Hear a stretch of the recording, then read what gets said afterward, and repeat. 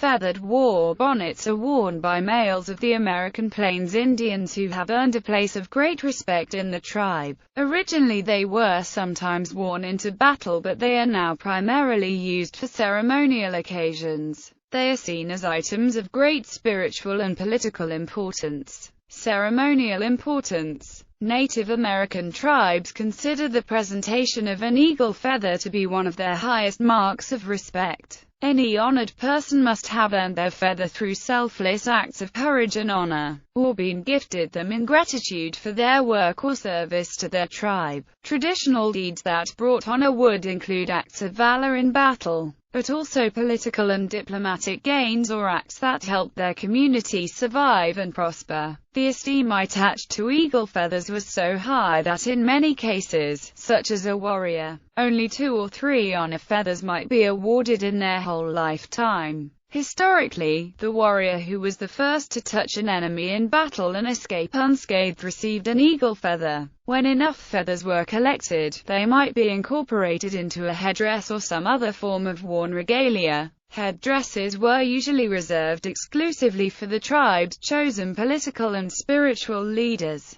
Roman Nose, who was one of the most influential Cheyenne warriors of the Plain Indian Wars of the 1860s, was known for his illustrious war bonnet that was said to protect him during battle. Several instances record how while wearing his war bonnet, he rode back and forth before soldiers of the United States Army and, despite being fired upon, was left unscathed. Today, a headdress remains the highest mark of respect and should never be worn without the express permission of tribal leaders. Legality. Plain-style bonnets are still almost always made out of eagle feathers because the eagle is considered by most tribes of the interior plains to be the greatest and most powerful of all birds. Under current federal legislation, the eagle feather law enables American Indians to continue using eagle feathers in their traditional spiritual and cultural practices. The exemption is contained within the Migratory Bird Treaty Act of 1918. In the United States, only enrolled members of a federally recognized Native American tribe may legally collect or possess eagle feathers. One traditional method of acquiring feathers for bonnets is for young eagles to have their maturest tail feathers plucked while still in the nest.